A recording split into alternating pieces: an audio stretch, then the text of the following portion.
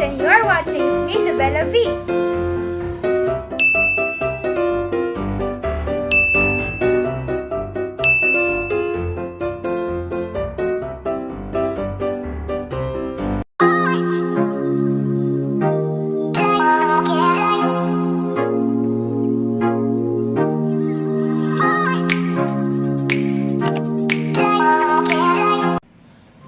For today's video, gagawa tayo ng DIY contact lens solution for slime. And guys, paalala lang na hindi ito para sa mata natin. And kailangan lang natin ng 3 ingredients na madali nyo makakita sa bahay nyo.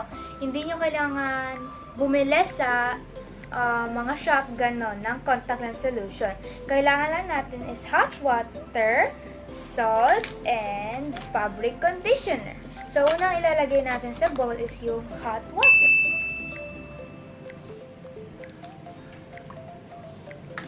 Tapos yung salt.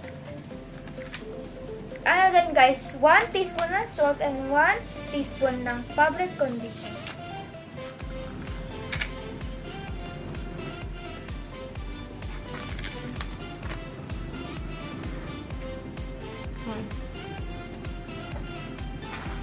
Then, this one, yung fabric conditioner. Guys, careful tayo sa paggawa kasi hot water. Kakailangan na natin ng hot water.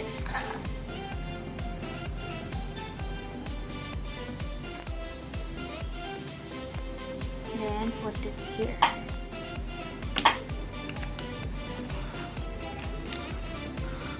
Then, imimix lang natin ng mabuti.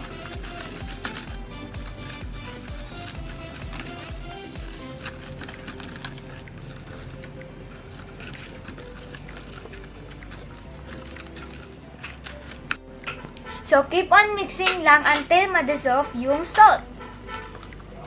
So, kapag na-dissolve na, ready na yung DIY contact lens solution natin for slime.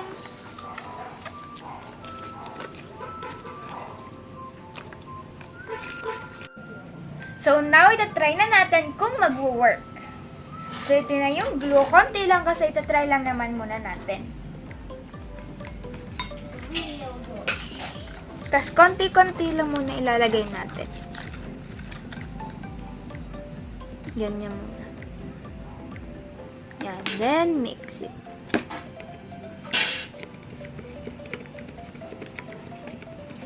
So, well, parang walang nangyari. So, malalagay pa ako.